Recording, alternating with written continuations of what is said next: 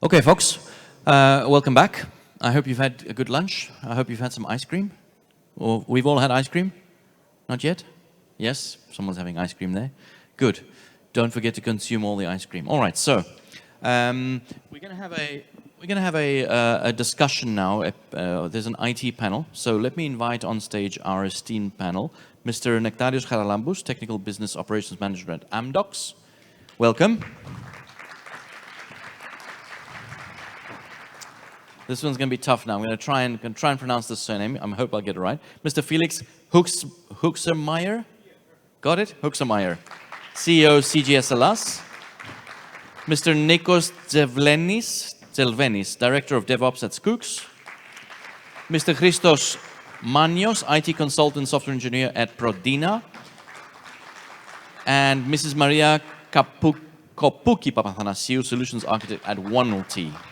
Alrighty, I'm going to hand you folks a microphone. There was a microphone on one of the chairs. There you go. You can keep that microphone, and you, gents, can pass this microphone around, right? I'll hand that to you, sir, and then I'll hand this over here, right? So we had a similar panel yesterday, and you might have been here for that. Who was here for yesterday's panel? Good. Okay. So the sad news is we have the same questions as yesterday, but we have a different audience, not a slightly different audience, but a different panel. We'll kind of base it on those questions, but we'll also mix it up a little like we did yesterday, okay?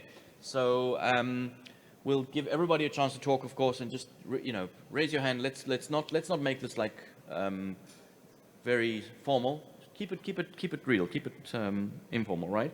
So let's begin then with the pandemic and COVID. And Patrokos' first question to the panel was, what was the most challenging issue you faced during the pandemic and how did you overcome it? All right, so that is the first guiding question, but we're not going to stick to it. We're going to let the folks say what they want to say, and then we're going to mix it up a bit. Maria, go ahead. Okay, thank you for the invitation first. I will answer your question, but I will do it in a more personal way. Good. During the pandemic, I have decided to change my career. I quitted my previous company and I joined OneLT. And OneLT was created during the pandemic. And those days we had 10 to 12 people. And so I left my comfort zone and I changed from a software engineer to a solutions architect, which is a kind of leading role. And I had to build the trust and build the team and bond the team so as to be able to guide them, etc. And how I could do that, being self-isolated and at home and at the same time competing with my kids about the bandwidth of our internet connection. Yeah, I'm kidding. I know you're not kidding about that, because we all went through that. Yeah. Turn off Netflix. I'm on a call, right? Yeah. So that was the most difficult part, I think. And at the very beginning, I felt like being in the middle of the ocean, trying to be productive, but I wasn't.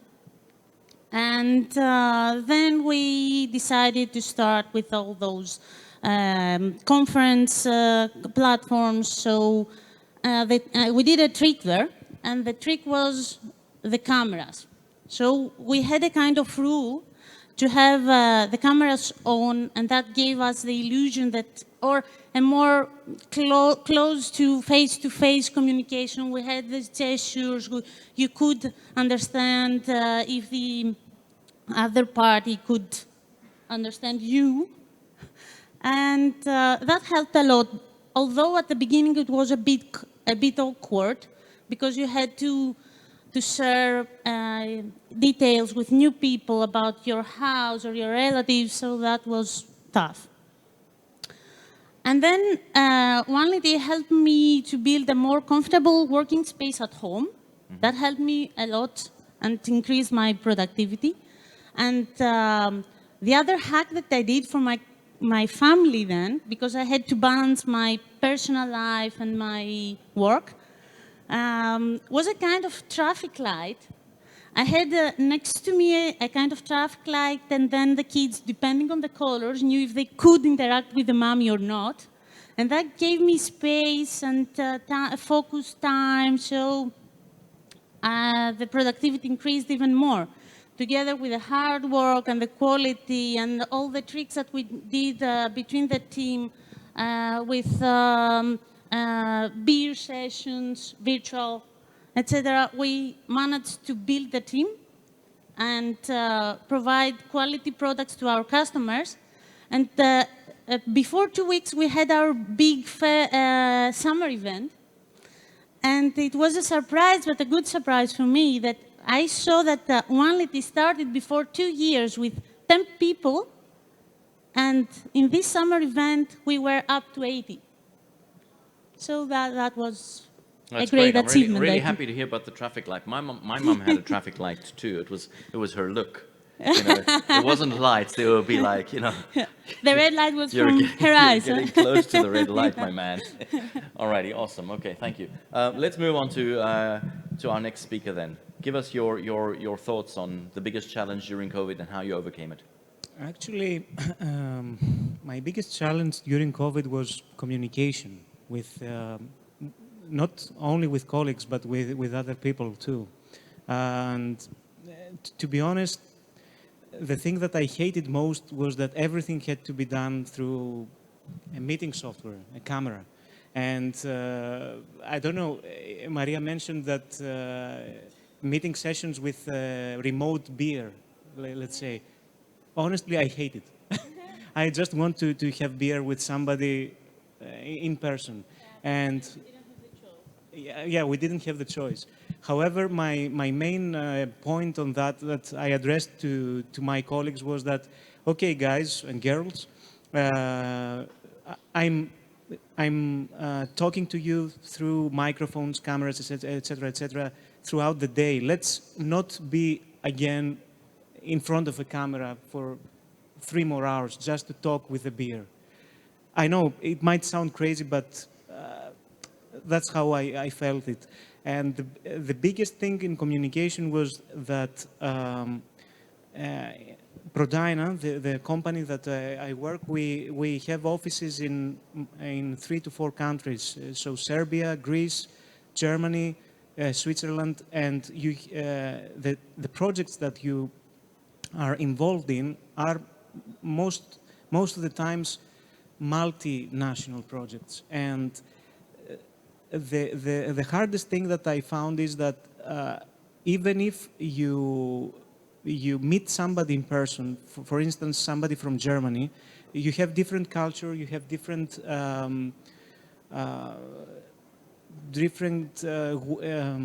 mannerisms. Manners, yeah, exactly, mannerisms. And the toughest for me was to understand my fellow colleague, to understand his feelings, and also understand what she or he wanted to tell me through a camera. All right, my question then would be, and I put this to everyone, even including Maria, of course. Hybrid work is now here, but I guess in our industry it's been here. It's not something new. Perhaps it's being more amplified, and the virus and the conditions of the virus forced us to do it completely for several tens of months almost, at least in my case. Do you think, though, that in terms of the communication and the communication loss that we have, the signaling that we lose by not being face-to-face, because we're losing signaling essentially, right? Body language, mannerisms, etc., things that can't be expressed through the camera. Do you find that you're developing skills to, are you developing the ability, I suppose, to communicate better via the camera? Or is it a lost cause and bring back face-to-face work or bring back more face-to-face work?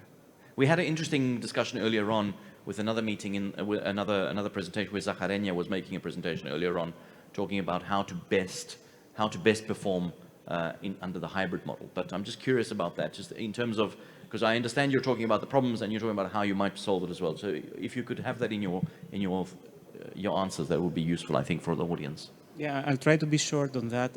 Indeed, that requires, to start with, it requires an existing education. I would say that in Greek, an existing pedia, which if it is already existing, it will help you to your everyday face-to-face communication. However, yeah, it was a challenge, and you can build your soft skills and your communication skills so you can adapt to this new reality. But so I think that it's not a no-go. You just evolve, and you find new challenges and new ways to improve and help others to improve by your mistakes. Because I was finding myself trying to explain some things, and I was syntactically incorrect, lexicographically incorrect, or sometimes I was thinking as a Greek, and I had to translate that into how Serbians think of it, or how Germans or Swiss people. So it was a very good lesson. The pandemic was a very good lesson. However,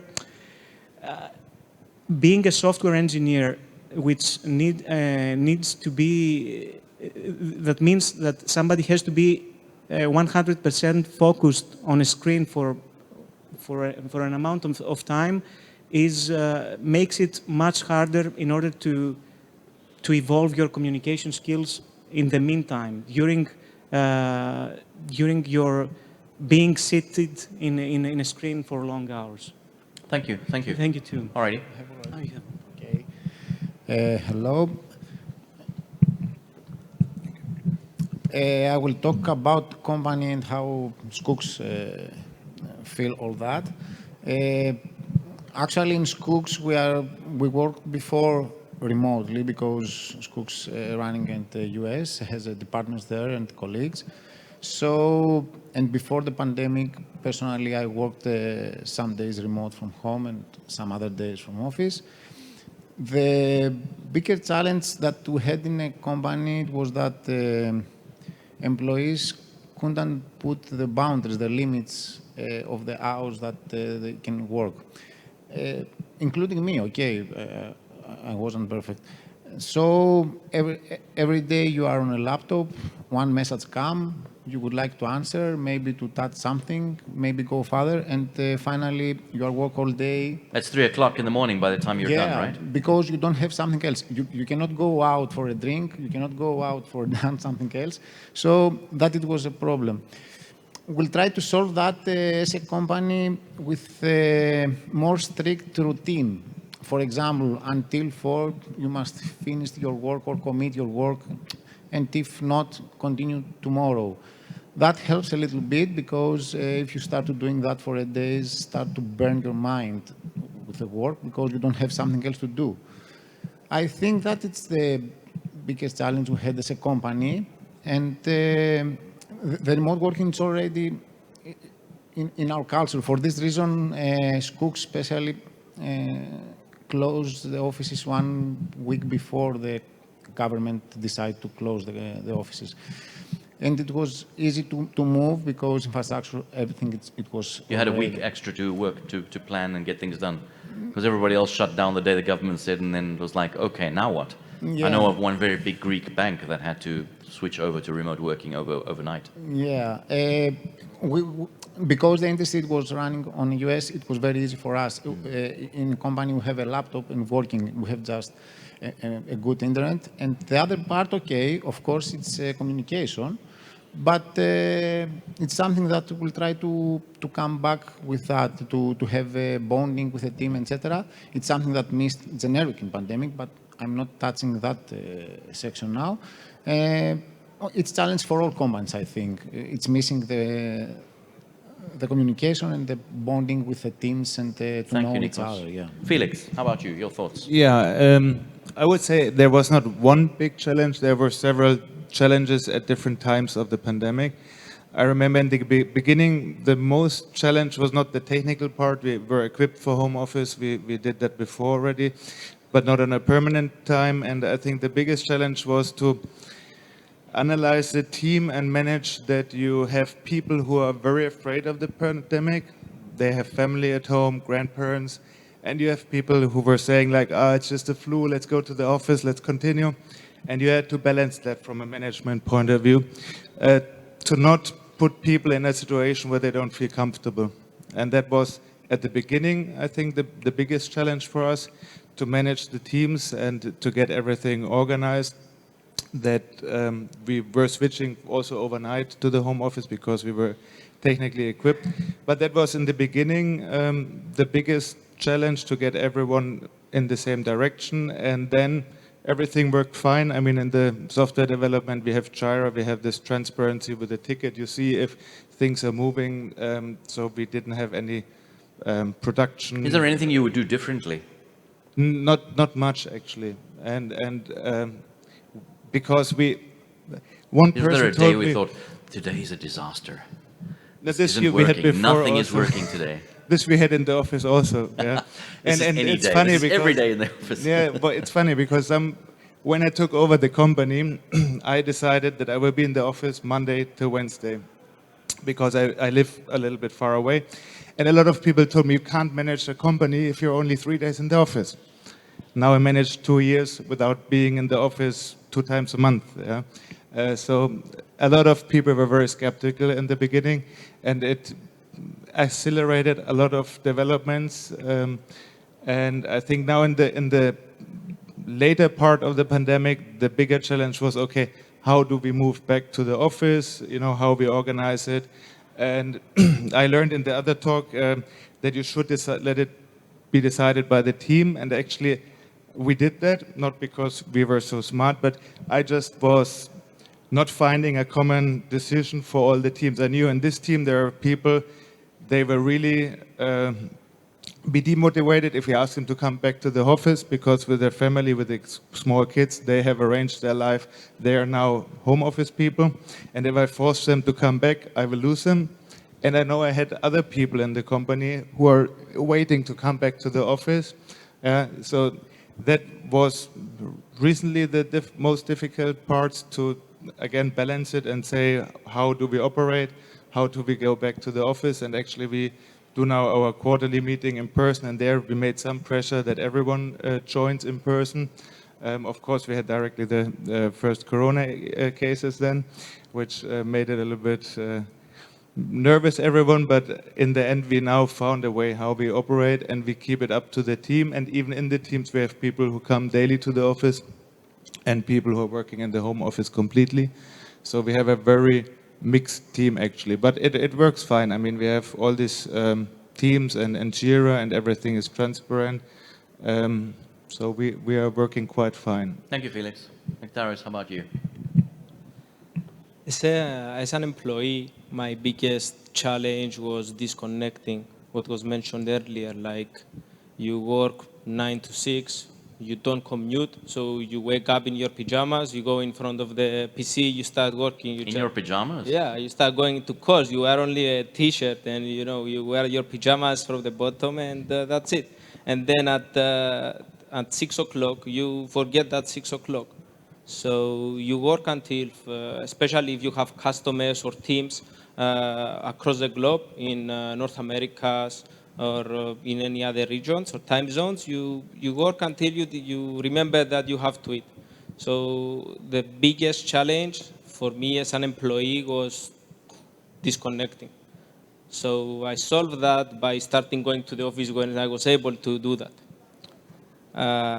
The biggest challenge as a manager is tracking people's work, productivity, and keeping them motivated. So you have people who enjoy working from home, and you have people who want to go to the office. You have people who enjoy a bit of hybrid, but during the lockdowns, you cannot satisfy all three categories, right? So you have to keep people motivated at home. So the good thing is that the company offered some equipment, home equipment, so it made the work much easier. We had the technology, we had the means to keep people productive in terms of digital assets, let's say. But then you had you had a lot of situations, and we will continue having situations where one person is working 12 hours a day, you have one person working 3 hours a day, one person is productive, other person is not. So I tried a lot of things, but I figured out what's working most is communicating up to the last detail. So you don't want to micromanage people. You want to build trust in your team. Yeah. So it's better to over communicate than non-communicating at all. So communicate what you expect from them.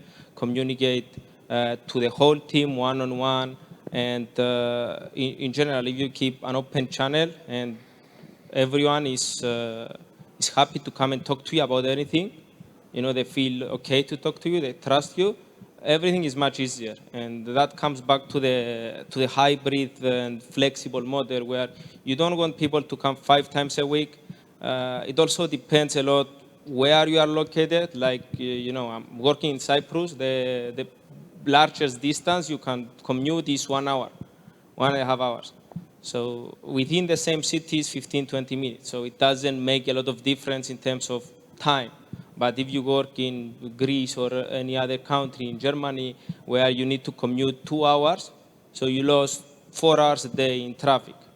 So that's 4 hours a day from your day. You give them the opportunity to work from home, it could be 2 hours extra work, or it could be much more productivity. No, there are definitely pros and cons in both models, of course. How many of you guys are afraid that it might happen again, that we might get locked down again? Raise your hands. Afraid of it. And when I mean afraid, afraid. Because some of you may say, it happens again, we're ready for it. Are we ready for it? Do you folks think we're ready for it? Yeah? No? I'm not talking about the healthcare side of things, because I don't think anyone can ever be ready for that. But in terms of work processes, do you think we're ready for it, or do we need to make significant changes to be able to do this again? Raise hands if we need to make significant changes if this happens again. Alrighty. What would you change? Shout. Yeah. I'm sorry, I can't hear you. Oh, look at this guy. Look at this guy. I'm losing my panel. They're escaping. He's like, I'm out of here. I would gather more bottles of alcohol at home at the beginning of the lockdown, to be honest. I don't see how this is... Say that again, I'm sorry. More alcohol? More Alcohol is a at solution. home. Yes, yes, it is a solution. So The chemists will understand. I don't think for me it wasn't viable at all, this whole situation. So I don't see how we can make it like functional long term. I'm sorry, I don't think I understand. Are you saying we need to be drunk? Yes. All right, that's not where I was expecting this to go. All righty. Question then, another question. Did you guys build any new tools to deal with the situation of the pandemic, or new processes? You know, new reporting methods, you know, because you would mention something about tracking people's productivity. Okay, you were using Jira and those tools, which to a degree do. But did you guys have the need to actually sit down and brainstorm like, okay, this is the new situation. This is how we're going to do this. Let's brainstorm about how we are going to solve this problem now that we're not in the office and we don't have face-to-face interactivity, or we can't go onto a whiteboard to whiteboard something out. I'm just curious about that. Whether, you know, the underlying question I have is, did we become more innovative because of the extreme crisis we were under? You know, the theory says if your back is against the wall, you strike out to survive, right? Yeah, I think we had to, right? I was reading a study saying that huge companies and huge banks went, as you said, remote overnight or over 10 days, 15 days.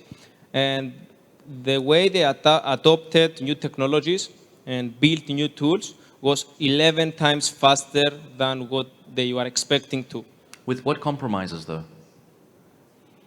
That's the question I put to the panel yesterday, and the answer I kind of got was, there was no discussion of compromising security. And my question, I responded saying, you mean you didn't discuss compromising security? Because I'm sure everyone kind of You compromised always to a degree. have, but it depends on the industry. You know, in our industry, and depends also on the size of the company. Since in our company we had the means to go remote overnight, you know, we had the information security policies. You know, you don't have with each customer deal, with each customer contract, you have different clauses in terms of security. It could be physical security, it could be alarms, cameras, or whatever. But in terms of cyber security, the information security policies that were built in-house were just adapted to the, I don't know exactly how they were adapted, but I know they were adapted so we could work from home. You ever had that feeling where you have a company laptop, you cannot do anything with it, you cannot go to YouTube, you cannot go to Facebook, you cannot put a USB on it, nothing, you can do nothing. So, yeah, it goes. We had some compromises for sure, but I don't think in the IT industry in general, they were so big like other industries. Yes, absolutely. I think, yeah, go ahead. Yeah, I mean, from our company, we didn't innovate much faster. They didn't make a big difference. But from my wife, she's working in the car safety and child safety industry, so car seats for kids. And they had very different challenges than we, because they cannot do everything remotely. And they just didn't have this discussion about the budget anymore, because either you do it virtually and you invest, or you don't do it at all, and then you can't run your business. So this discussion about the investments, that was going down. I think they didn't compromise much on security and stuff, but on the money, because they knew that there's no alternative. Yeah, so the shareholders themselves have to actually compromise at the end of the day. We're not going to see the profits we're expecting, or we're going to see a bigger loss than what we were expecting. That makes sense. In our company, we didn't create new tools. Some maybe patterns or some techniques, try to figure out how to manage all these hours. Actually, the culture, it was remote, so we didn't have challenge on that. All the work can done remotely at all, so we don't have problems like you cannot go to office. Maybe increase a little bit the security around that to the audit, who does anything. About to be sure that no compromise something, or not to have a problem with the security breach, etc. And after that, as I told before, try to have a more strict daily routine to be sure that nobody need uncomfortable on that. I think that it was a change we did inside in the pandemic, not exactly in creating new tools or new softwares, maybe to tuning more or figure better, optimize the flow in a business role. I think that's the change. All right. Anybody want to make a comment? No? In our company, in Prodyna, we didn't need to adjust because we were ready for that, technology-wise, meaning. We just, let's say, used and optimized the ways that we use our existing tools like Jira, Confluence, Teams, etc., etc. The company's motto when I joined was that take your laptop, take your equipment, it's yours. It's like when we joined the army to do our duty. It's your gun. You have the absolute, let's say, responsibility. Yeah, thanks, Maria, for it. So, but not they told us not that in a way to be afraid of, but that we as Prodyna, we trust you, that you will be a responsible employee. You can do whatever you want with your equipment and the technologies that you use, but be careful not to jeopardize the company and the clients that we serve. Your reputation and the reputation, is of course. your permission. Exactly. We didn't see any change. We just continued to use all the means that the company provided us. The biggest, let's say, compromise that I have seen was from the client side, because we are client-oriented as a company. And for instance, I was working for a bank, and the bank, before the pandemic, did not allow anybody to work for the bank remotely. Yes, absolutely. So you had to be there, or either carry a bank laptop which is directly connected through VPN. And to my biggest surprise, I have seen them giving us access through Citrix. So we had workspaces inside the bank remotely, and we did our work inside the bank. And whenever the tokens were expiring, we were disconnected. And thank God, no security compromises were made, and everything worked after all. And I think some, let's say, cliches have stopped about these things, that if you work remotely, that you are liable to do something crazy. Or I think that if you are inside the bank, inside the vault, you can do the same crazy thing that you could do remotely through the internet. It depends on the person and the mood, and I don't know. Yeah. Yeah, I would agree that a lot of the things that a lot of the assumptions that we had about the evilness of humans have been dispelled to a degree with that extreme situation that we went through. Well, the next question I have has to do with how more important the IT industry is to society after the pandemic. I'm not sure it's a really valid question, but I'm quite happy to take your thoughts on it, because I think we all think the IT industry is probably the most important element of society. But go ahead. What I think is IT secured the business continuity and accelerated some trends like e-commerce or online banking or streaming entertainment. And since one of the major injuries that we had from this pandemic was the social life, all those social platforms and all those tools that empowered communication have taken off. And I read a research recently that said that up to 3/4 of the people that have used digital channels for the first time during pandemic, they plan to use them also when things return to normal, which shows the tendency of the people. And in my opinion, IT will still play a key role. Of course, absolutely, absolutely, yes. Any other thoughts from our speakers on this? Yeah, I didn't think it was. I think it was challenge for many companies. For example, some companies made big, for example, Zoom. Well, at one point, Zoom was more valuable than all of the airlines. The stock price of Zoom was 4 times more valuable than all of the other airlines in the world, right? And it was a good opportunity to fix, for example, some security issues they had, because the reputation after that, it was a problem, etc. So, in sometimes this is a time that you say, okay, maybe it's the time to start to do it something better, because now it's a chance to do it.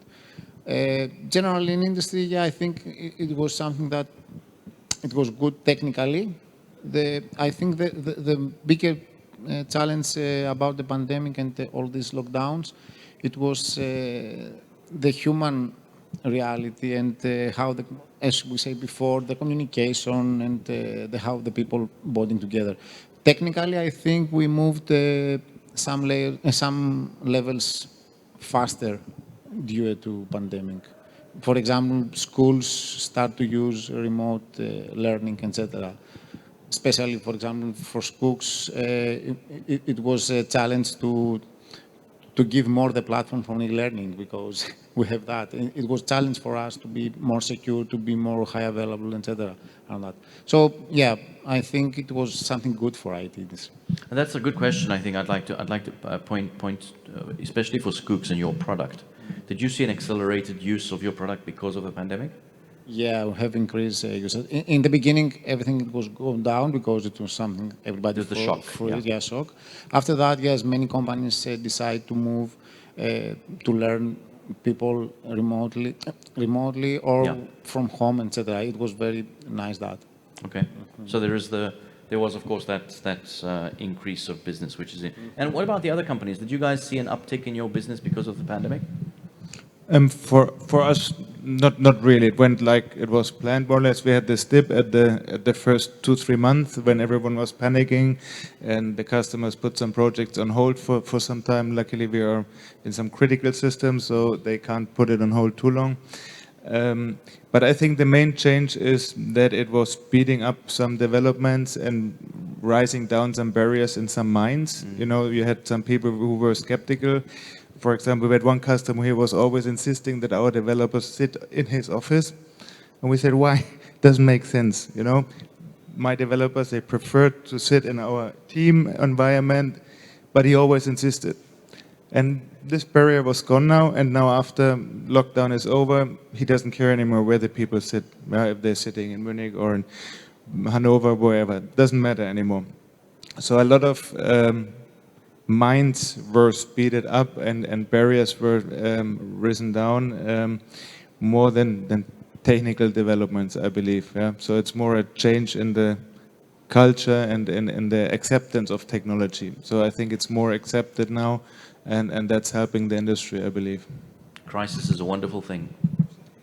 For You some agree? people, always. Yeah, it's Yeah, in always, terms of, you know, accelerating processes Right. and making things Yeah. to a degree better. Of course, there is suffering, there is pain, there is loss, but in the sense that it accelerates certain things, I would agree.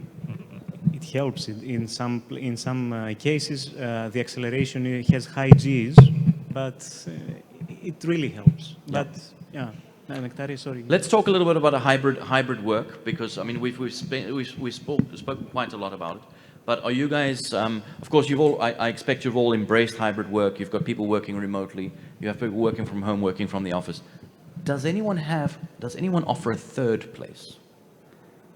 Right? Not only the home, not only the office, but a third place. And what would that be?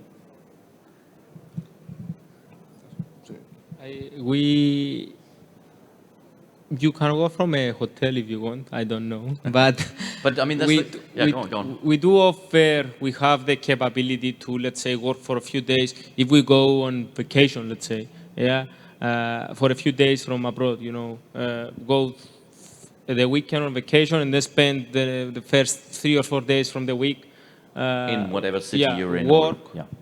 Work during the working hours and then take the rest of the day in that city and expand your vacations. Okay.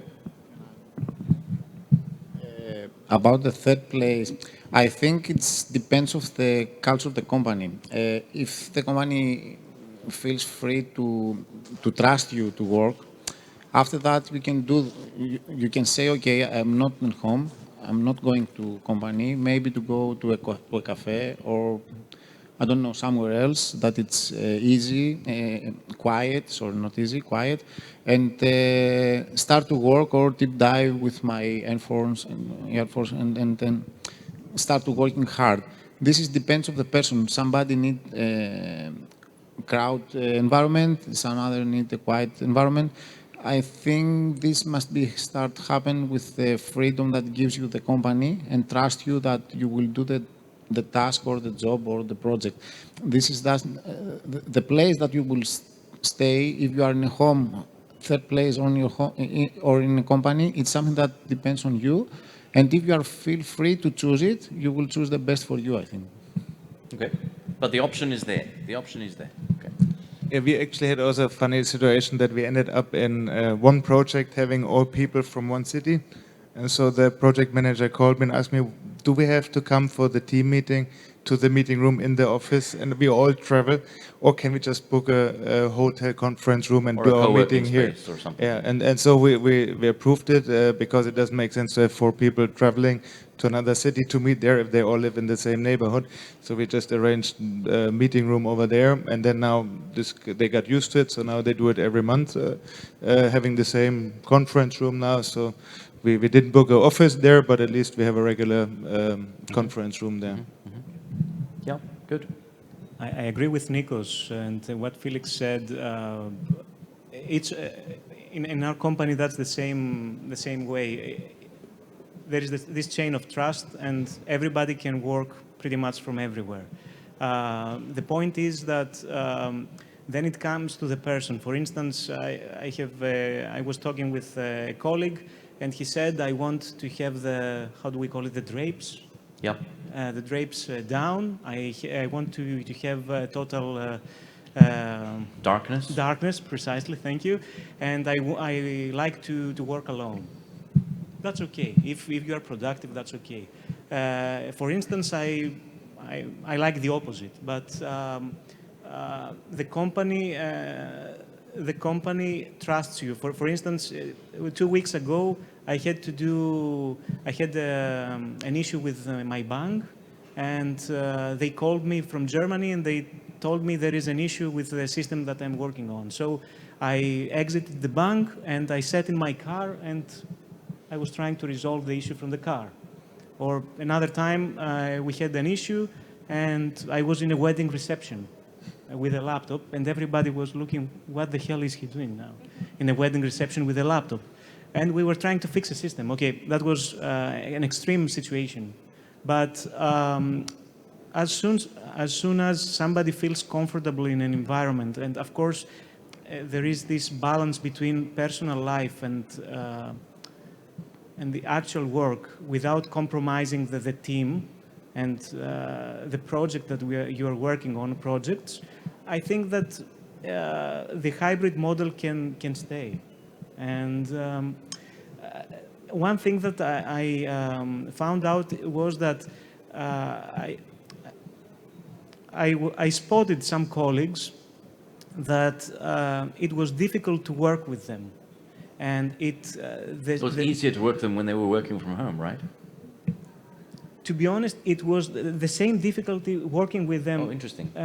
When they worked at home, and the same was in the office too. So I think if a person wants to collaborate and work and be productive, he or she will do it regardless the place on Earth or on Mars or on Moon that there is. Good. Well, I mean, thank you so much for those wonderful comments. And I mean, things that I'm hearing are, you know, as few compromises as possible. Trust the team, trust the management, trust the customer, respect the family. Those are the key factors. And if it happens again, we'll be a little bit more prepared or a little bit more experienced to deal with this. Thank you so much for that great panel. Audience, unless you have any questions or anything that we'd like to cover with our panel, I will release them. Yes, sir. You're wonderful. You're hired. Whenever you want to change careers from Amdocs, you can always join the panels. Hello. Okay. Hello. One question to the panel. Thank you for your feedback. It was very nice. One question. I think the word that we were looking for in the first question was adjustment. I think everyone had to adjust on the new pandemic, and in the real life situation that brought us. So there were some things that we gained from the pandemic because we had to adjust, the companies and the people. And we gained some things very fast, like we were digitize some services and could use them from our laptops, which is very easy and very nice. On the other hand, we had two problems, I believe. One was communication between the people. So emotional, we have one loss, which is emotional. We get away from the everyday chance to meet people. And on the second one, you have just mentioned is that you have the freedom of doing something from your laptop, on your car, and on your house, and everywhere. But this ad hoc, if we can say, it means that you are always monitoring if there is something coming, like a request or a problem. So that's something that you can handle, or it's something that you think that it's a privilege to have? Because I find it like being ad hoc, it's not a privilege. Thank you. Thank you.